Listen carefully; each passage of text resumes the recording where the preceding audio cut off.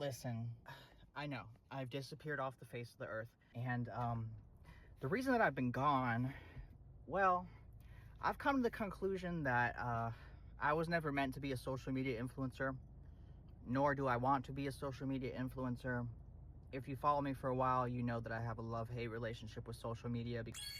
I love it because it introduced me to all of you guys, and you guys are amazing. I hate it because they've shut my account down 32 times, and they want me to do like viral dance challenges and get ready with me videos. And I absolutely hate it here. So I'm doing what I should have done a long time ago, and I'm just starting my own show.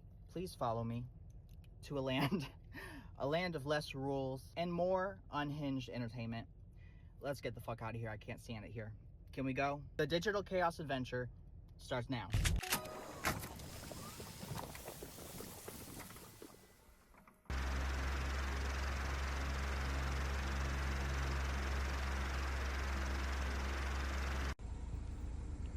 Look at it. Beautiful, ain't it? MDMA in the back garden, blow our pupils up. We kiss for hours straight. Well, baby, what was that? I remember saying then, this is the best cigarette of my life. Well, I want you just like that. Into your hairs, we're in a sandstorm and it knocks me out. I didn't know then that you'd never be enough. Oh, since I was 17, I gave you. This is a call from Ethan Scarcelli. an inmate at the Hillsborough County Falkenberg Road Detention Facility. Hello. Aaron, Oh my god, what the fuck? Again? I'm so fed up. What happened? I feel right now, I do like days off this, but I really didn't do anything this time. I went to CVS. I was filming the premiere, tape 1 of the Digital Chaos Adventure. I went and I did the CVS Pop-Tart skit, and this cashier at CVS freaked out and called the cops. They said I'm there for every CVS in America because I terrified the employees. I can't believe that.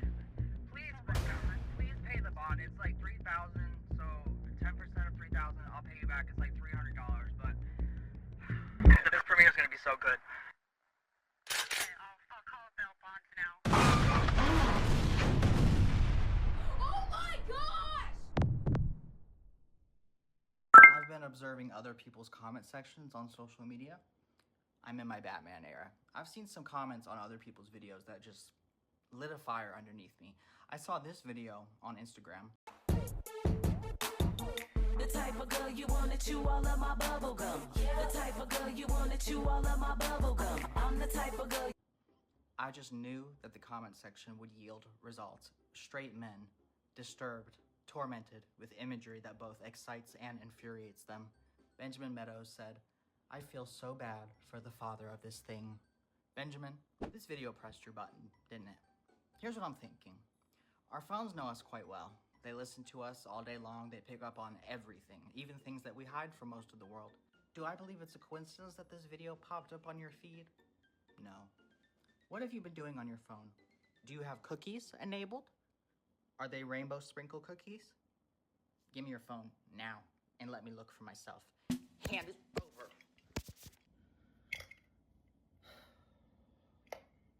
Benjamin, I just opened Google Maps and this is your most recently visited place.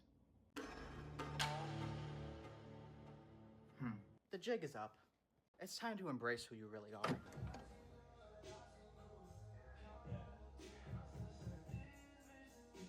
Her hands are never cold. She got Betty Davis eyes. She'll turn her music on you.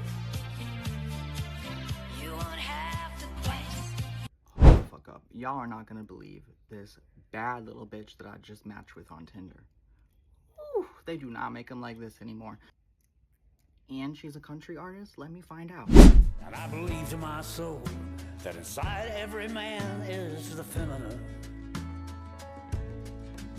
And inside every lady, there's a deep manly voice, loud and clear. And a cowboy may brag about things that he's done with his women. but the ones who brag loudest are the ones that are most likely queer. Cowboys are frequently secretly fond of each other. What did you think all them saddles and boots was about? There's many a cowboy who don't understand the way that he feels for his brother. And inside every cowboy there's a lady that loves to slip out.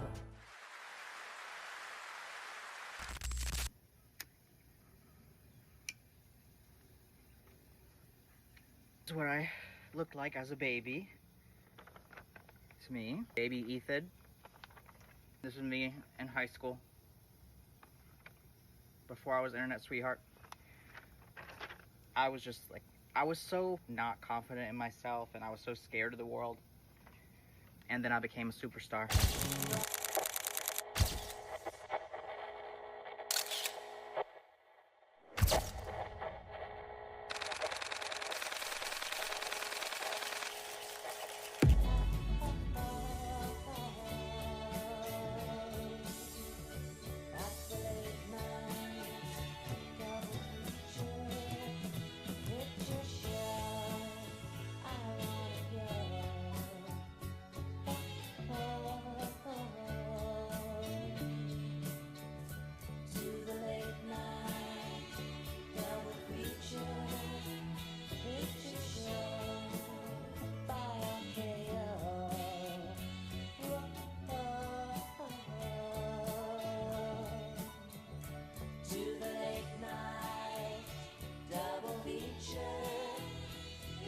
Show in the back row.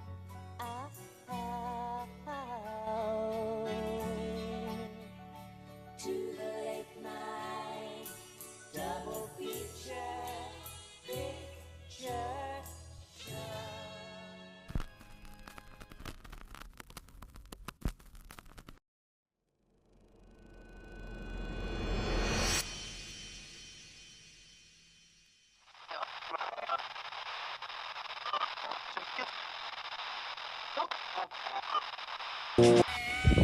It's so sad to see how America has fallen apart recently. This country used to be such a wonderful place. America is just not what it used to be. It's time that we take this country back. And I'm ready to do that.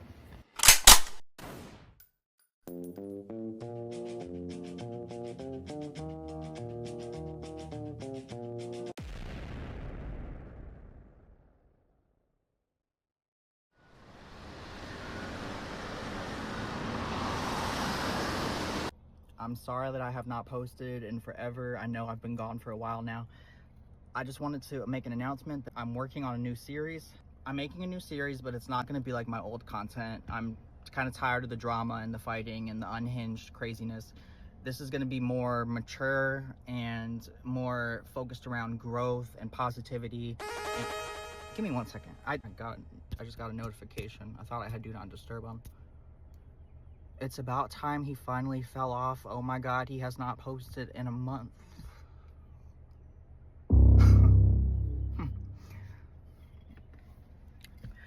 Mrs. Puff, have you been checking my page religiously, you fan? I'm fucking sick of y'all. You worried about what's going on my page and when I'm posting a new video. Why are you checking for me and paying attention to when I'm posting new content? You need to focus on that big ass air bubble that you have in your pants. What is that pouch? You have a lighter in that pouch? Please? Give me a lighter. This is what happens when you go to fucking Ecuador to get your BBL. They do it all the wrong side of your body. I didn't order a bounce house, so why the fuck are you here, Bubble Buddy? You look like you're about to prepare for liftoff.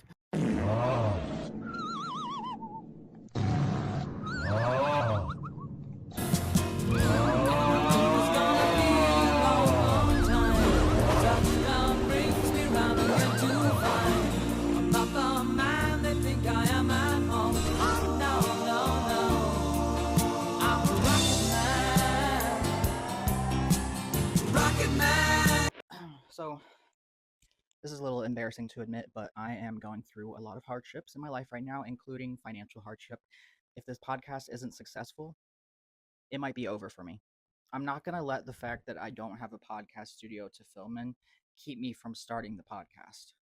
You have to make do with what you have.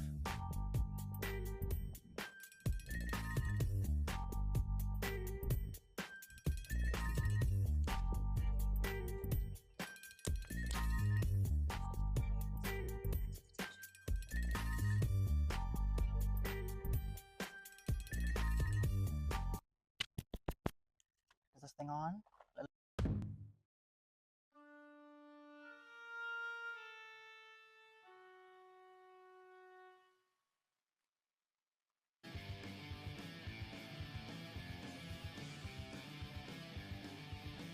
This is my production assistant. He takes a very pause-on approach. Money is the reason we exist. Everybody knows it, it's a fact. I see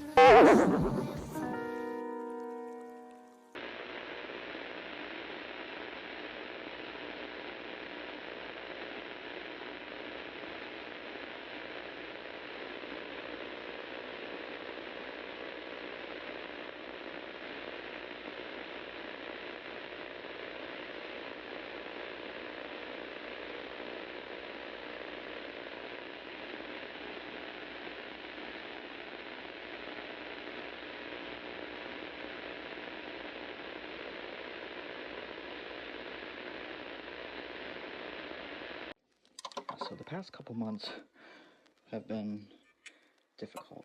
I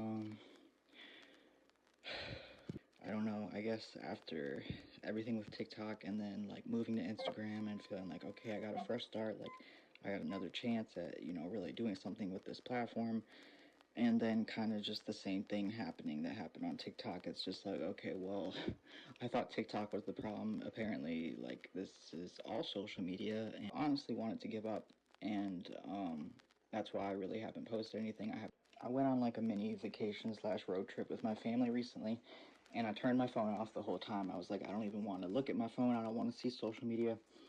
And while we were driving to Miami, we stopped at a rest stop like in the middle of nowhere, like in the country, in the Florida country. And we went to a rest stop. I went in to go pee, and the guy standing at the urinal next to me looks at me and he's like, "Oh my God, you're an internet sweetheart." And I was just like, "Yep, that's me." And he was like, "Dude, your videos have got me through some tough times. Like, you've made me laugh many times, and I just wanted to thank you for that."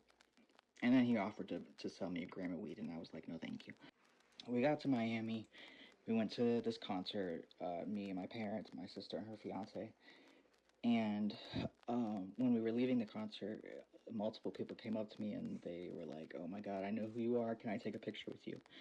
I want it to sound like, "Oh my God, I'm getting recognition from people. Like, that's so amazing." It's not about like being famous or like people knowing who I am. It really made me start thinking about like the fact that people in the middle of nowhere in a rest stop see me and know who I am and feel compelled to come up to me and say, "Hey, your content made me feel something and I want to thank you for that."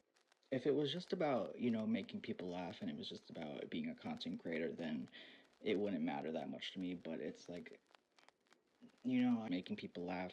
And then I started getting messages constantly from people that were like, "Oh my God, you know, people telling me they're going through chemotherapy and like they're dying and they have cancer and they're going through divorce, depression, anxiety, you know, suicide attempts, addiction, like people, victims of domestic violence, like all messaging me and telling me that my videos helped them. Instead of giving up, I'm making this podcast, and I don't have a podcast studio. I don't have any money. I don't have anything. But I built something, and it's the first thing I've ever built in my life that I really cared about, and I'm not giving that up. So I'm here for myself, and I'm here for you guys. Let's do this shit. So This is a little embarrassing to admit, but I am going through a lot of hardships in my life right now, including financial hardship. If this podcast isn't successful, it might be over for me for good. I'm not going to let the fact that I don't have a podcast studio to film in keep me from starting the podcast. You have to make do with what you have.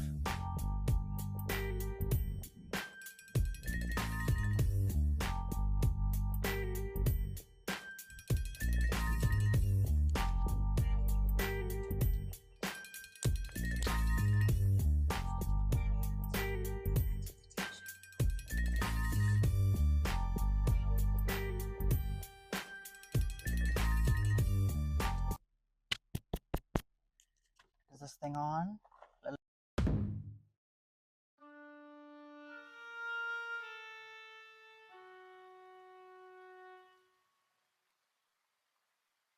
The season is calling, your pictures are falling down.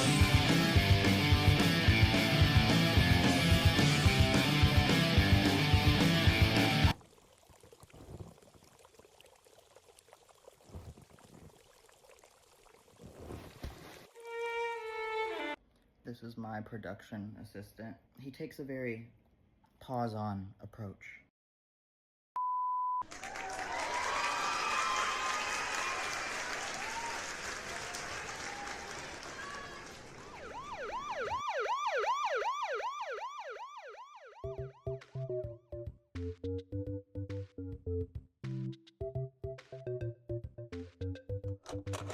What do you do when every social media platform decides that you're too controversial and you shouldn't be allowed to have your own following?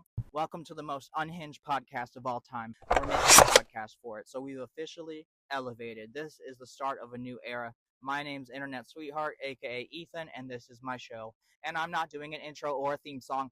I just want to put belt to ass immediately. I found a dumbass bitch on TikTok, and I thought, this dumbass bitch needs to be informed that they are a dumbass bitch in front of a captive audience, which is you guys.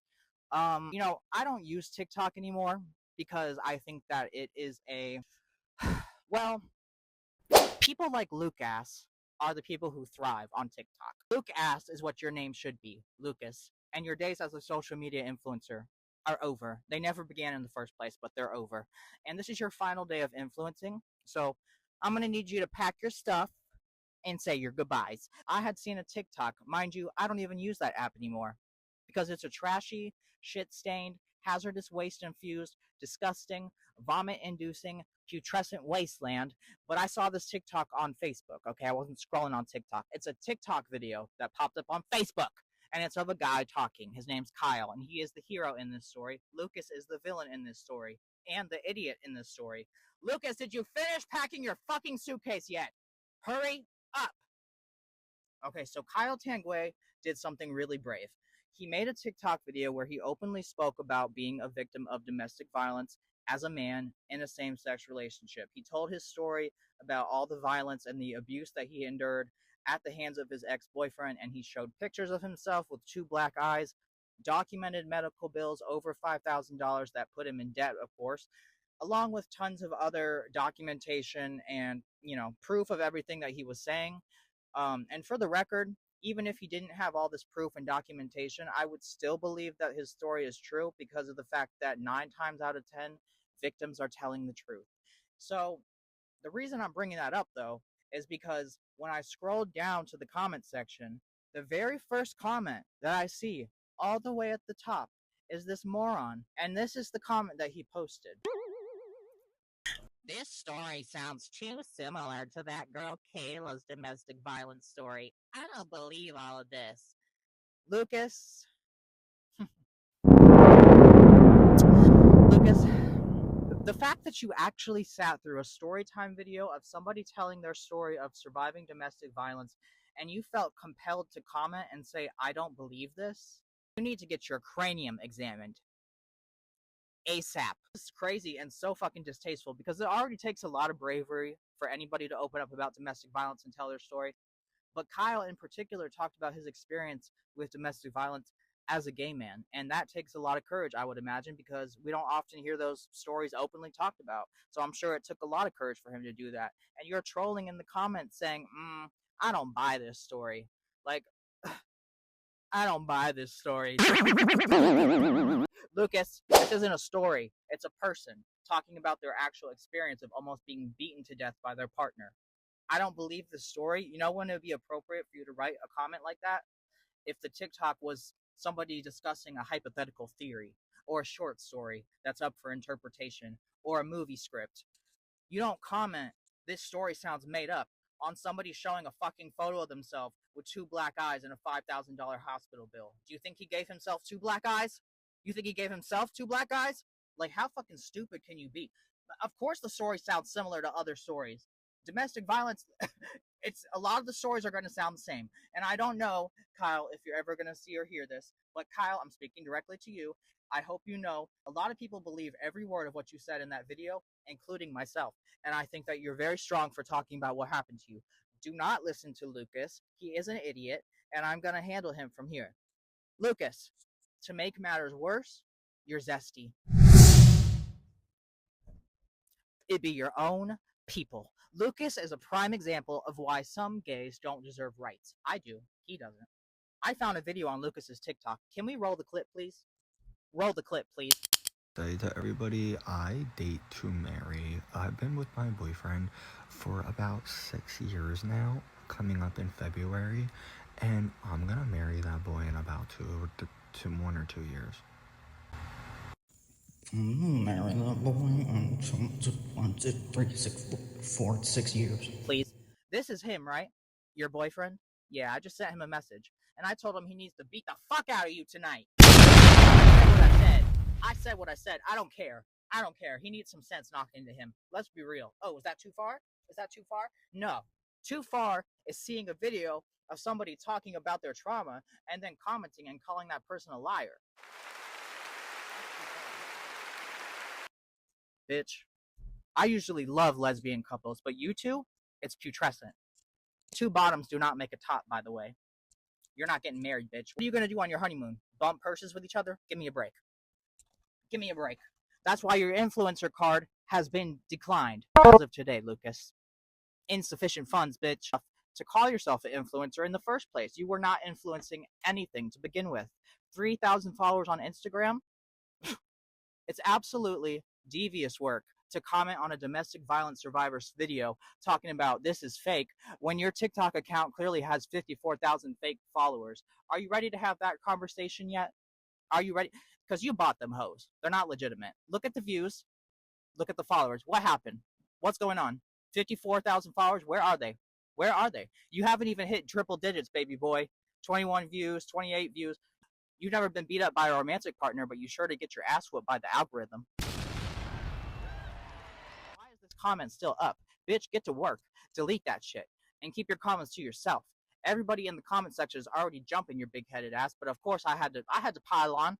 I'm joining the doggy pile. I need some too. I need some too. Because you still haven't deleted that comment, bitch. What are you waiting for? Kyle actually inspired me. I haven't talked about this publicly, really. It was actually around this time last year. Pretty recent. Okay, I started dating a guy named Robert Gray. I knew him as Robbie. The first night we hung out, he whipped out a meth pipe like it was an elf bar, and he started chiefing on it like he was a Navajo chief Indian. And that should have been red flag number 1, I guess. But here was my thinking. Somebody who struggled with addiction for many years, and I'd been in recovery for a little while at the point that I met Robbie. I was sober when I met him, like a year and a half. I knew that being sober and being with somebody who was on meth was obviously not a good idea, but I didn't want to just cut him off and say, nope, he's an addict. That's a deal breaker. Because in my head, I felt like maybe if I had met somebody that loved me and accepted me while I was in my addiction, maybe that would have made a difference, and maybe I would have gotten sober a lot sooner in life. I don't know. Like, the first night that we spent together, it was great. He was funny, genuine. I'm thinking, okay, well, maybe this is the ideal healthy relationship that I've always wanted in my life. No, because as soon as it became official, literally like the second that it became official, like we're in a relationship now, everything went downhill quick, real quick. Now suddenly Robbie gets it in his head that I'm cheating on him and I'm sneaking around. And just out of nowhere, he starts acting all jealous and possessive.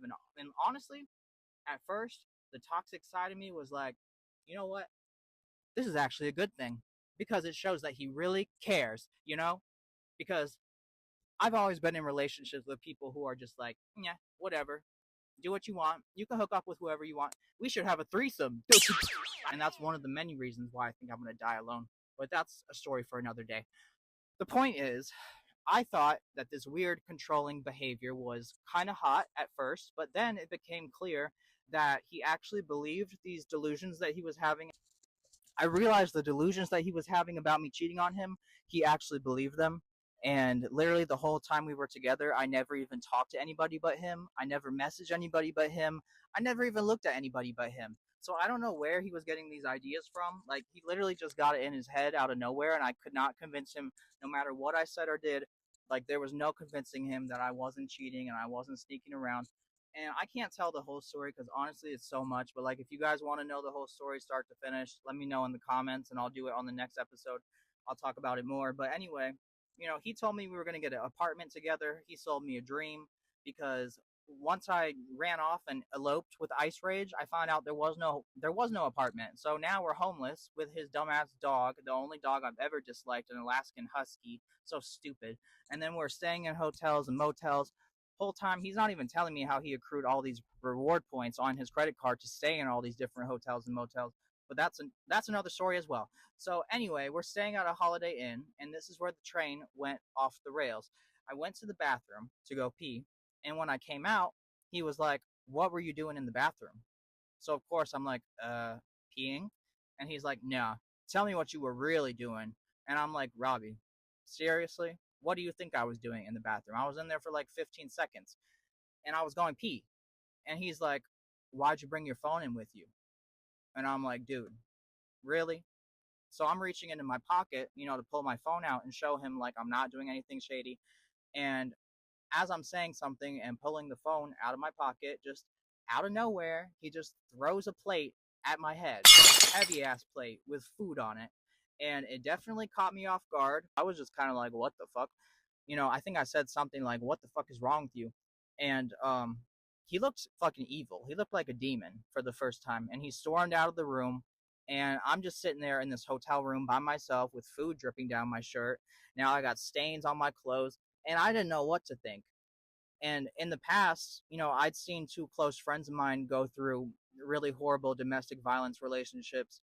Both of my friends were girls. And I remember thinking, when they told me stories of what was happening and they showed me their injuries, I was never judging them, but I did think I would never put up with some shit like that.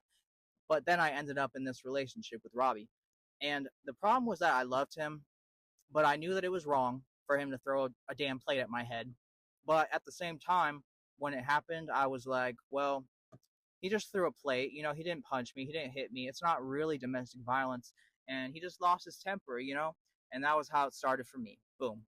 And, I was pissed that he threw a fucking plate at my head. And I did think about ending it when that happened. But then, of course, he apologized and he guilt tripped me and made me think that it was a one-time thing and, oh, it's never going to happen again. And, now I know that after it happens once, it's going to happen again and it's not going to stop. And I think I knew that before too, honestly, from observing other people go through it. But observing other people go through it is not the same thing as actually experiencing it yourself. And it's different to watch it happen to someone else. When it happened to me, I knew deep down that it was wrong, but I got deeper into it very quickly, and then I was stuck. And he punched me, kicked me, threw stuff at me, tried to burn me with a clothing iron, tried to crash my car with us in it, tried to hit me with my car, attacked me with a meat cleaver, etc., etc., etc. And ultimately, this all led to he held me captive for days at an Airbnb after he got a hold of my phone, my car keys, and my wallet, until I was able to outsmart him, basically, and escape on March 21st when I decided enough was enough. And I actually realized I wasn't going to survive this relationship unless I got out quick. So I did. And I led the police right to his ass, and I basically said, come get this bitch. Come get this bitch up. So the police showed up. I had bruises and cuts all over my entire body, so I was posing for evidence photos like they were the paparazzi. And when they gave me my car keys back, because he had them in his possession, they handed me the car keys. I felt a sigh of relief, like, oh my God, I'm free. I'm going to be all right. And this, pathetic, cowardly excuse for a man was in the backseat of the cop car, screaming the entire time at the top of his lungs, waking up the whole damn neighborhood, yelling, Ethan, no! Oh, please, Ethan, make it stop. Make them stop, Ethan. I didn't do anything. I didn't do anything, Ethan. What do you get? So, the sad part about this, after everything he did to me, I still felt bad when I heard him screaming those words in the back of the cop car. That still broke my heart a little bit to hear him in distress like that after he almost killed me. And then, like I said, I never even really talked about this situation too much publicly. I had talked about it like a little bit, but I barely went into detail at all about everything that happened. I mean, I didn't even want to get him arrested when all this shit happened. I did not want to have to get him arrested. I just wanted my shit back. I was done, and I realized that literally he was going to end up killing me if I did not leave. And so I didn't really know how to get my shit back from him. He was a lot bigger than me. He's a lot stronger than me. He's like 6 feet tall. On meth all the time, so he had like that superhuman tweaker strength. There was no way I was going to be able to get my phone and my car keys and my wallet back from him. He had my driver's license. I wasn't even sure where he put my driver's license. He hid it somewhere. And I don't know, like I was trying to think of a plan to like be able to get all this stuff back and get away and just get away from him. But I was like, there's no way I can do this where I'm not going to be taking a huge risk that if my plan doesn't go the way that I'm wanting it to, or if he overpowers me or anything goes wrong, then he's gonna probably kill me. And so like I felt like getting him arrested was the only thing that made sense, and he deserved it. I didn't tell any lies with what I said to the police. I told them exactly what happened, exactly the way that it happened, and that's why he got arrested. And he's trying to blame it on me and say that he didn't do anything and that I lied to the police and I got him arrested for no reason. Even you admit in your message that you were physical with me, so what are you talking about? And then here's some of the messages that Robbie sent me after he got out of jail, and way after all this stuff happened. We had not talked in a while. He messaged me this: you cheated, you stole from me, you did dope, you were the lazy fuck who quit your job, then never left the bed or even tried to help with anything. Just fuck off and die. I'm done. Okay. So this is actually pretty funny because I actually never quit my job. I got fired because I was not able to go into work that day because we were at the Holiday Inn, and he would not allow me to leave our room at the Holiday Inn because he was busy. He was busy doing his thing, punching me and headbutting me and throwing stuff at me. And I had to basically focus. I was so focused on like not getting my nose broken, I wasn't able to go into work that day, and so I lost my job.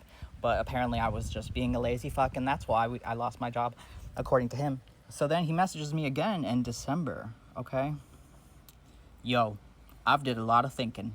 If you care for me like you said you do, then I will give us another chance. Just let me know your thoughts on things. Okay, clearly your silence just told me how you feel about that. Whatever, I'll leave you alone now. So I messaged him back, and I said, I don't even know what to say to that. I just don't understand why you would message me that out of the blue and make it seem like you didn't do anything wrong, and I'm expected to just take you back after everything that's happened. You had a chance in October when I messaged you and told you that I missed you. Looking back, I'm glad that you blocked me, because I should have never allowed myself to reach out to you, even though I missed you, and it's true that I cared about you and I still do. That doesn't change the fact that you were abusive and toxic and treated me like shit, and you have never owned up to that or apologized at all for anything. I don't think you're a bad person, and I want the best for you. I genuinely hope you will make changes in your life and that you find someone who makes you happy, but I don't think that person is me. He said, yeah, I'm sorry for things I did to you. Yes, I was wrong. You being physical with you. So he admits to it. But yes, you were in the wrong too. And here's where the bullshit starts. You quit your job. Lie. You lied to me. Lie. You stopped trying. Lie. You started doing H. True. I needed to deal with his bullshit somehow. So of course I started doing heroin. You cheated on me with someone I was friends with for about 17 years. You had me locked away for many months. Okay, Rapunzel. You styled everything I owned. You almost made it to where I would never see Armani ever again, his retarded dog. But I'm still here today, willing to look past all of that just to move on and continue trying to build a future with you by my side. I'm not going to deny it that I've missed you like crazy and have felt so emotional and crazy since everything happened, all while losing you at the same time. I've been hurting an extreme amount as well, as have been feeling very highly confused with everything. It took a lot for me to get to this point, but I'm past it all now. I know my heart has felt something very real for you. It still does. I just want you to know that to be true also. I'm sorry, Ethan, for everything I've ever did wrong in our relationship and in our friendship. I really am. I'm not perfect. Not are you. We were both wrong. Then he sent me a message on January 13th. Hey, it's urgent. I needed to borrow $20, please, or anything. I'll reimburse you. Like, sir, do you not remember getting arrested for kidnapping me? February 25th. I hope you're doing okay and are safe in whatever you do. Just wanted to let you know someone is thinking about you and cares. Like, you literally kidnapped me and you hired somebody to watch me while you left the house and went off and did whatever you were doing. Which I know that actually one of the times that you left, you went and you cheated and you had sex with somebody else, which is the thing that you accused me of doing all the time that I never actually did. But you went and you did that, and you hired somebody to watch me while you were gone doing that. So you had a little kidnapper's assistant, and you paid him with meth to watch me while you were out of the Airbnb. You should have went on Craigslist. You should have found somebody else, because the person that you picked out of the Gay Tweaker yellow pages, yeah, he ended up falling for me, and I hooked up with him, and that's what he's talking about with the, my friend of 17 years, and you betrayed me, and you hooked up with him, blah, blah, blah. Yeah, well, you had kidnapped me for days on end, and I did not have human contact with anybody except you, and you were beating the shit out of me. So, are you really surprised that I ended up hooking up with the kidnapper's assistant? It's not my fault that you didn't hire proper help. You should have hired somebody who was asexual, because any gay man that you had hired to keep an eye on me, this was bound to happen. So, yeah, he's a piece of shit. Never even really said too much about it. The fact that he would message me and be like, I thought about it and I'm willing to take you back now. Bitch, I don't want anything from you now. I don't want anything to do with you. The only reason I would want to see you in person again is for a rematch, bitch. Because I don't know why I never fucking hit this man back. Like, I should have knocked his fucking teeth down his throat. The only reason I never hit him back is because, like I said, I actually cared about him and I had feelings for him, and I don't punch people that I'm in a relationship with. But now that I've had time to think, and, you know, a lot of the dust has settled and I feel absolutely nothing for him anymore, yeah, I want a rematch. Come see me in person, and I don't even care if I lose the fight. I just want to sock the shit out of you. For real. Oh, and I went and I checked your Facebook too. I'm putting everything on blast on this podcast. I really don't care. Everybody's getting aired the fuck out. I do not care. You literally put on Facebook the other day that you work at rentmen.com now. You're a male escort. Well, okay. For anybody who thinks that he's still attractive and, you know, he thinks that he's in his prime still, because these are the photos that he uses online, and this is what he actually looks like in real life, with his one wisp of hair and his droopy face because he had a stroke at the age of 33. And yeah, fun fact, every time that we had sex, I had to fuck him. I was always the top, he was the bottom, because his dick does not work anymore from all the drugs that he does, and so he can only bottom. When I took my dick out, brown, straight brown, doo-doo, all over it, disgusting, nasty, because he refuses to douche. How are you gonna be strictly a bottom? So now that he's not with me, he has no hustle.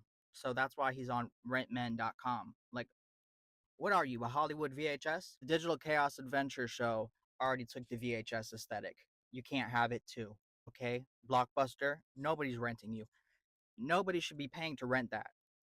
If anything, he should be paying them.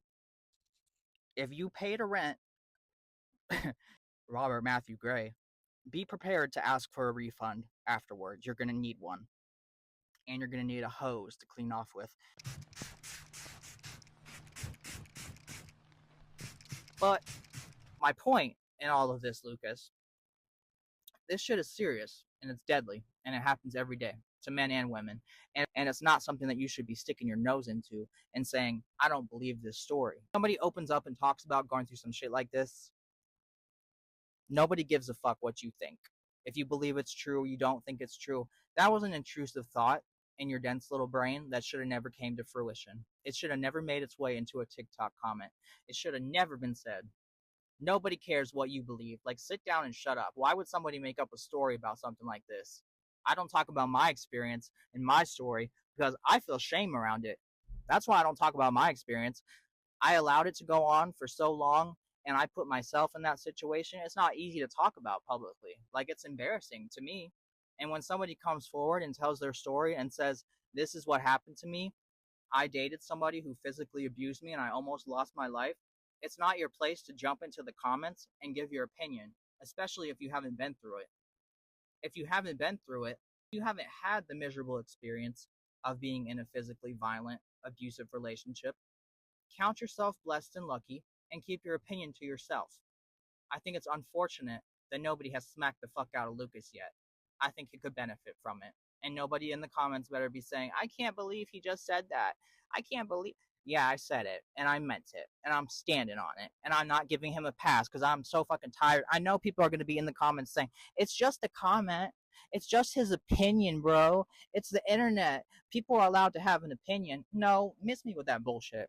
I'm so fed up with people giving out passes for people to say whatever vile, rude, judgmental nonsense that they want to say because it's the internet, bro. No.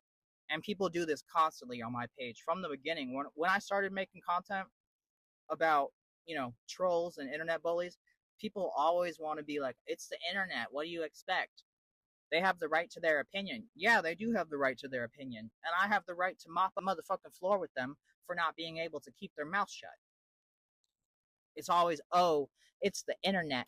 Of course people are going to be mean. It's the internet. That's fine. I don't care. I love when people are mean to me.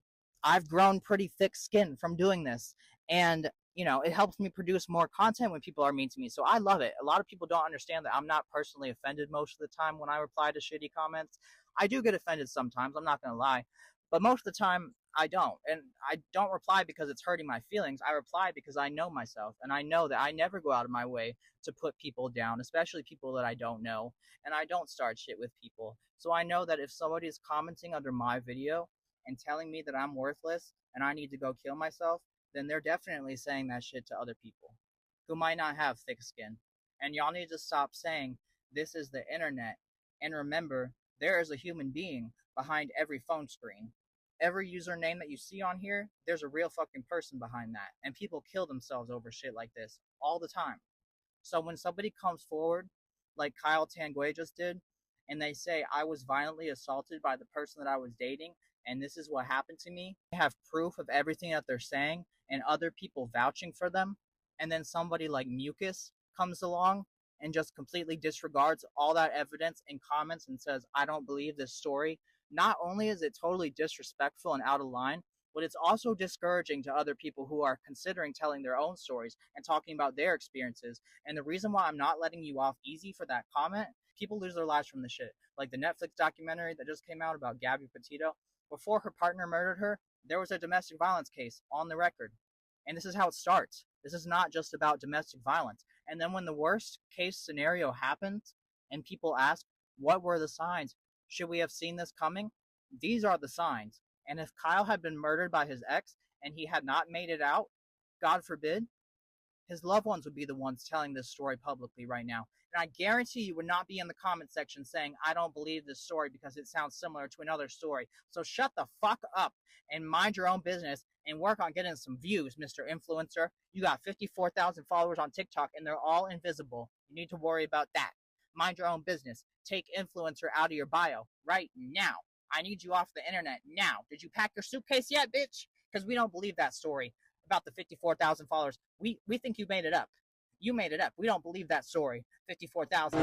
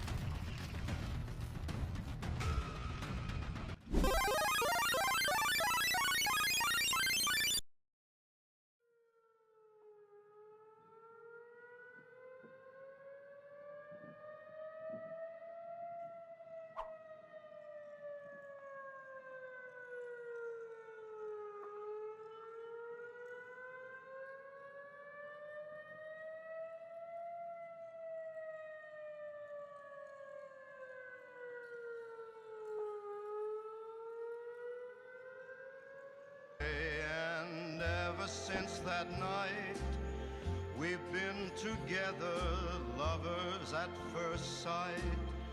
In love forever, it turned out so right. For strangers in the night.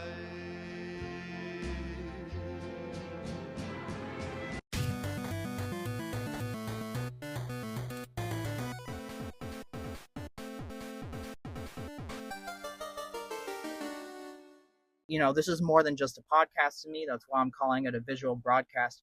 And even beyond that, in the same way that my TikTok and IG content was completely out of the box and, you know, in its own category, I'm trying to do that with this series because to me, it's not just a show. I want this to be an interactive adventure with me and you guys, the Sweetheart Squad, the Ethan Army.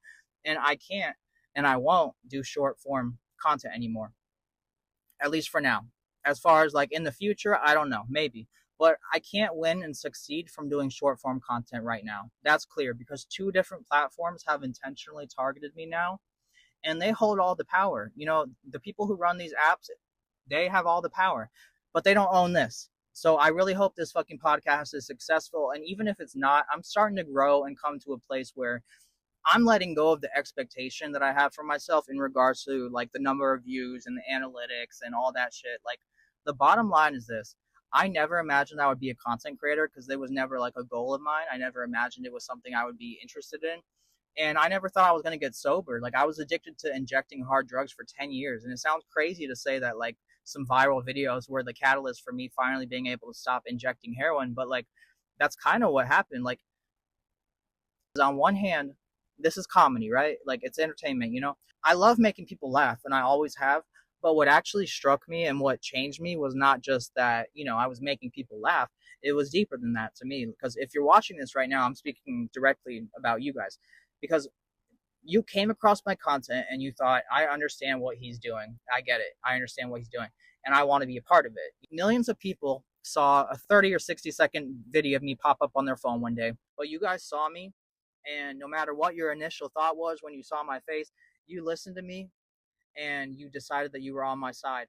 And when I realized that I had so many people on my side and that you guys actually saw Ethan Scarcelli, the person underneath Internet Sweetheart, that shit touched my heart and that's what changed my life. Because I don't say Internet Sweetheart is my alter ego because it's not. Like Internet Sweetheart is part of who I am, but it's not all that I am.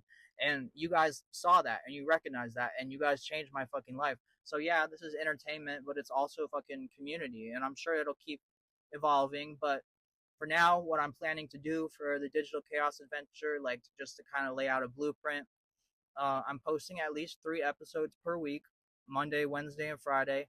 I might do more.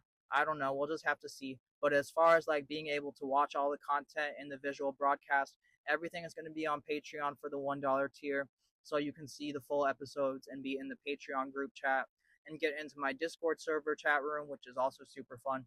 So basically, to make it simple, $1 is general admission. You get to watch everything. But if you want to be in the Sweetheart Interactive Watch Parties and actually potentially be featured in the actual podcast tapes episodes, sign up for the Interactive Experience membership and you'll get early access to the episodes and your reactions and commentary might make it into the episodes. Because what that means is that I'm going to basically be doing live streams with you guys who sign up and we're going to like watch upcoming new tapes together before they're released publicly to everybody. And additionally, then every Friday and Saturday night is going to be the VIP interactive experience. Be a live stream that's called Sweetheart Slumber Party, and that's going to be from 9 p.m. to 11:30 p.m. on Friday, Saturday nights. We'll do prank calls. I have a flip phone, and we'll just talk and hang out. I'll maybe talk about the podcast episodes, the tapes, and I don't know, but it'll be super fun. So yeah, that's the blueprint, and I'm going to try to stick to it, and I'm sure things will change, but I'll try to keep you guys updated on everything.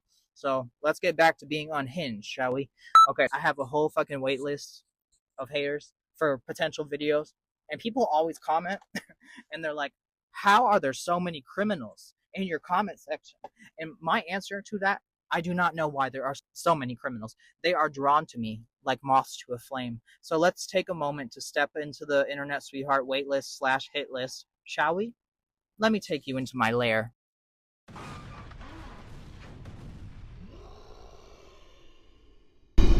Alright, take a look at this mayonnaise tinted gorilla. So, this goofy goober commented on my page running his trap weeks ago. I put him on the wait list and I literally forgot about his ass. And I don't know what the original comment was that he posted, I forget, but he commented again and he said, "Nope, get a job." Ralph, let me tell you something. First of all, thank you for reminding me about your video. The words internet sweetheart and the word job, they do not go together. I cannot work. Well, I can work, but I will not work. And some people who look like me have a condition that's called too cute to work. I'm allergic to gainful employment. That's why I've started this groundbreaking, electrifying podcast for the low, low price of $1 per month.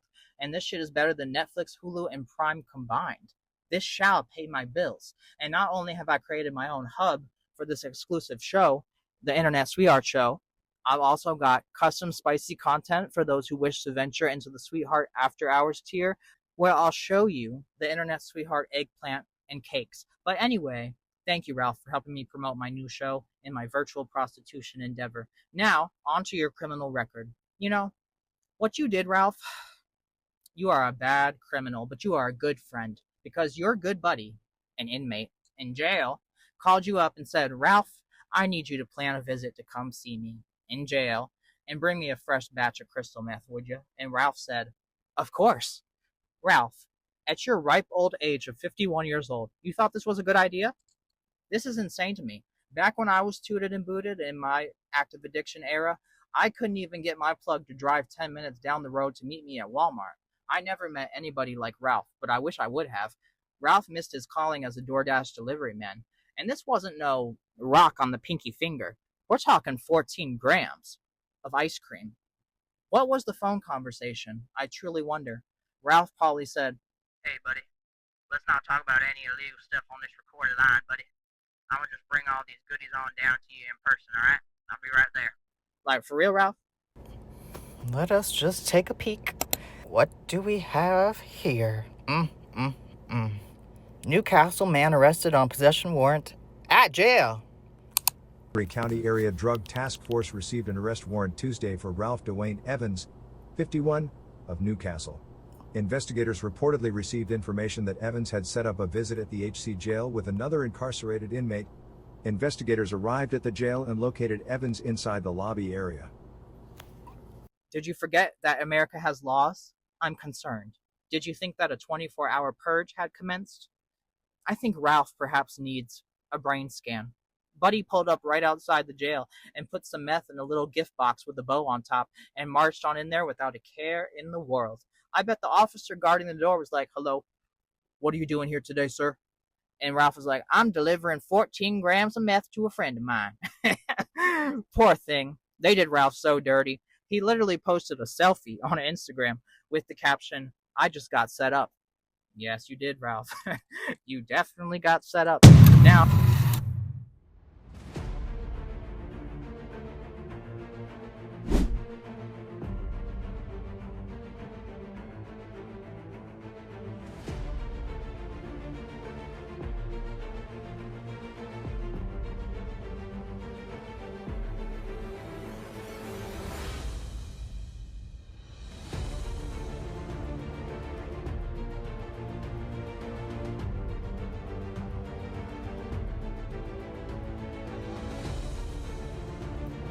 Now, let us take a quick moment to give a huge thank you to a friend of the show, Lost Vape. Lost Vape, you are amazing. We love Lost Vape. They are the only brand deal, the only company who didn't straight up ghost me and abandon me whenever my page started having technical difficulties, aka 4 wrongful bans in 1 week. Lost Vape has stuck by my side. If you like flavored air sticks, quit being stupid and wasting your money going to the vape shop and spending $30 on a vape that has 15,000 puffs when you could just order from Lost Vape.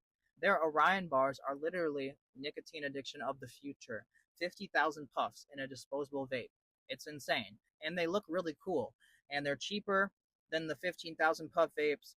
Like, it's a no-brainer. This company is amazing, and if you join their Discord, they might send you a bunch of free vapes. And you just got to make sure that you're 21 or older, because Lost Vape products contain nicotine, which is an addictive chemical. We love you, Lost Vape. One more thing. My friend Zainab just wrote a book.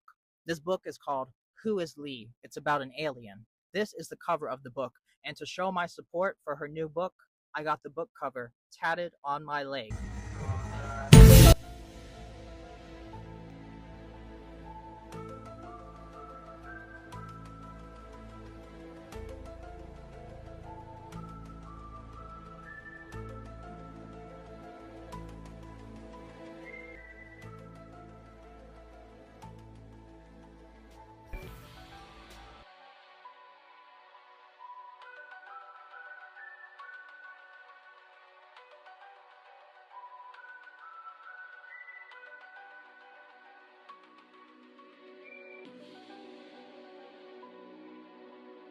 Order her book now, please. It's awesome.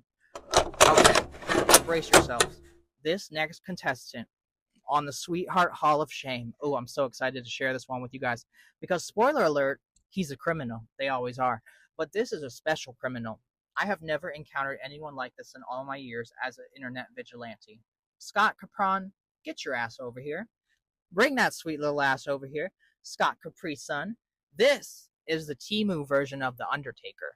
This is not your average loser hanging out in the internet sweetheart comment section. This fella was on America's Most Wanted.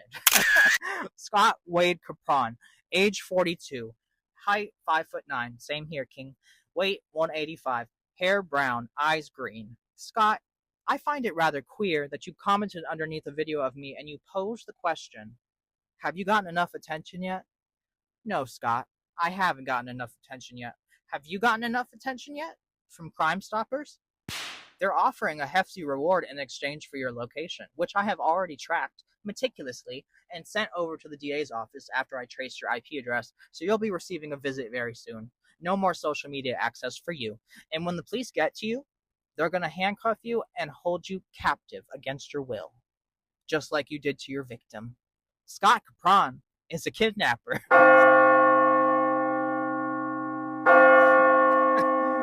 He's a kidnapper.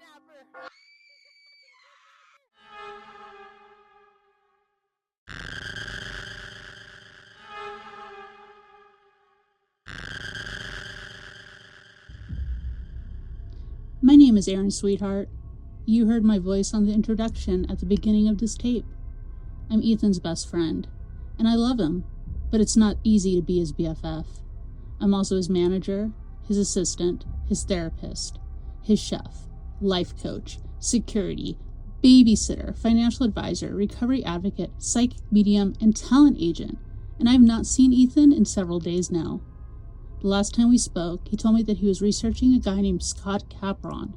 Sometimes Ethan doesn't understand how dangerous some of these people really are that he's exposing. And I guess that he thought Scott was just your average run-of-the-mill kidnapper, and this isn't even a fucking human being we're dealing with. It's a demonic being. And now he has Ethan. And I've just been waiting for an excuse to finally be able to get to use this bad boy.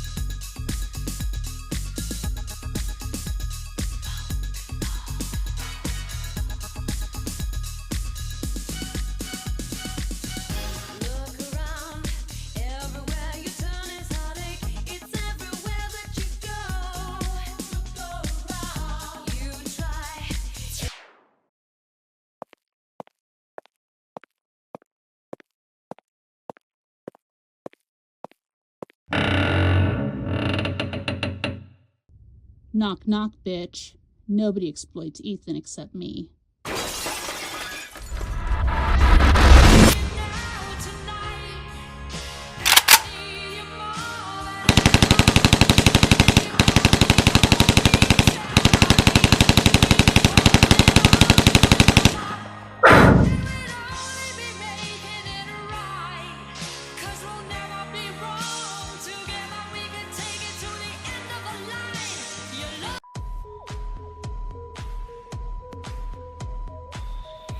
We also have Danube Power USA supporting the show now. They have rechargeable batteries. They're good for like the fucking ecosystem or something. Rechargeable batteries. Buy them, bitch. Get some fucking batteries. I don't care what you do with them. You could shove them up your ass for all I care. I need to keep the lights on, so buy those batteries. One more person on the menu, Brandon Sutherland. He came up with a very creative, wildly hilarious comment that I'd never seen or heard before. He commented, and I can't stress this enough how brilliant this is. School desk, Mr. Scribbles. When I saw this comment, I thought, my God, this is a comedic genius. I assumed he must have his own show on Comedy Central. Or maybe he does stand-up. So I wanted to get my damn ticket to the show, so I Googled his name.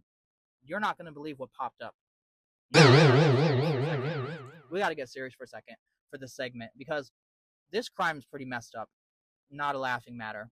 Probably one of the most upsetting, depraved criminal acts I've ever seen. It might be the worst crime ever featured on the Internet Sweetheart Show. And I guess the theme for this podcast premiere is domestic violence. Brandon, not only do you look like a character from Night of the Living Dead, you've also subjected your wife. Unimaginable horror. You got into an argument with her in your kitchen, and you threw a Pop-Tart at her head, and you didn't even land a direct hit. You denied the allegations, but when the police arrived, your wife had a red mark on her arm, which I'm sure left a nasty scar. You branded her. Disgusting. And there was Pop-Tart residue all over the scene of the crime. You got caught. And now, you have the audacity to call me Mr. Scribbles? I want to fight.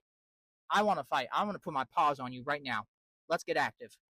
Meet me in the breakfast aisle.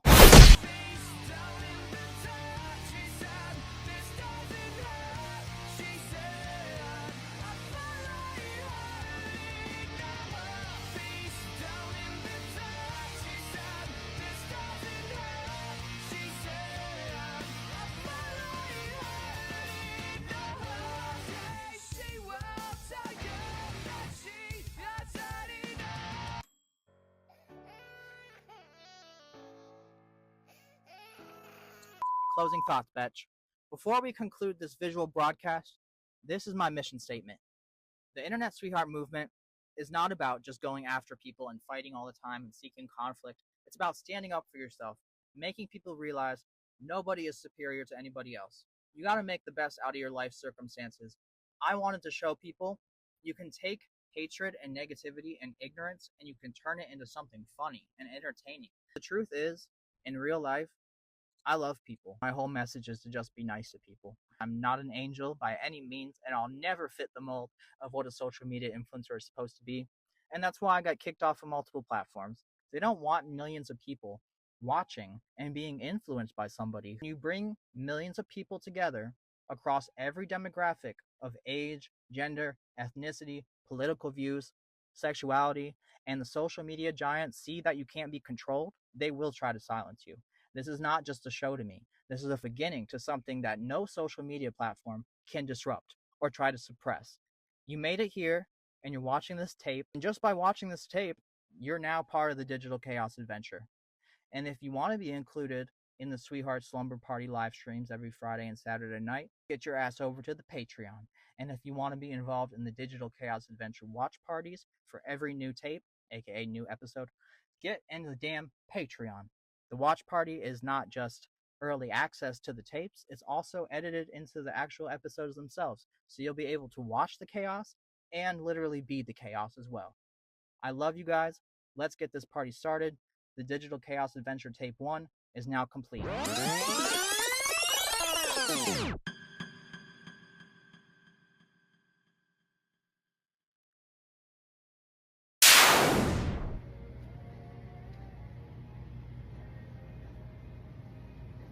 I have literally been in here for hours waiting for him to get here.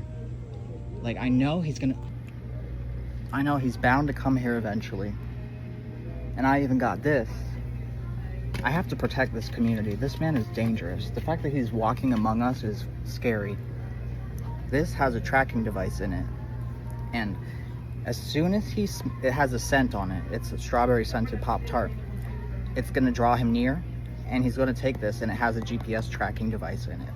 And that's how we're going to take him down. That's how we're going to catch him.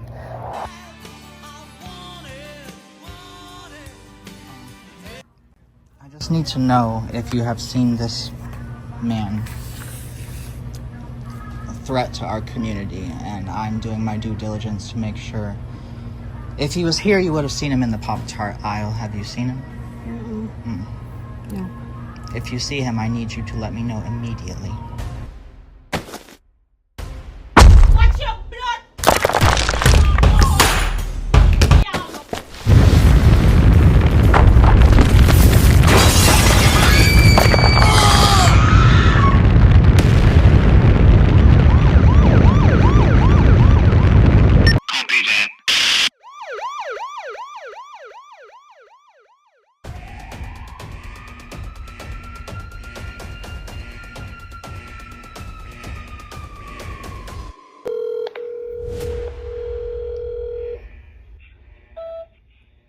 You can run, but you can't hide, Corey. I'm telling everyone what you did. Everyone. Hillsborough County Sheriff's Department, the district attorney. Shit, I might even call the news. Good luck out there.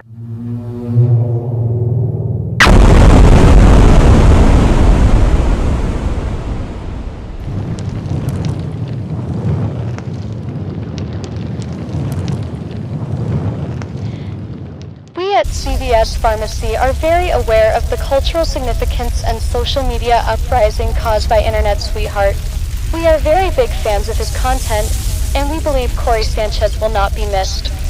Aaron did what any good friend would do.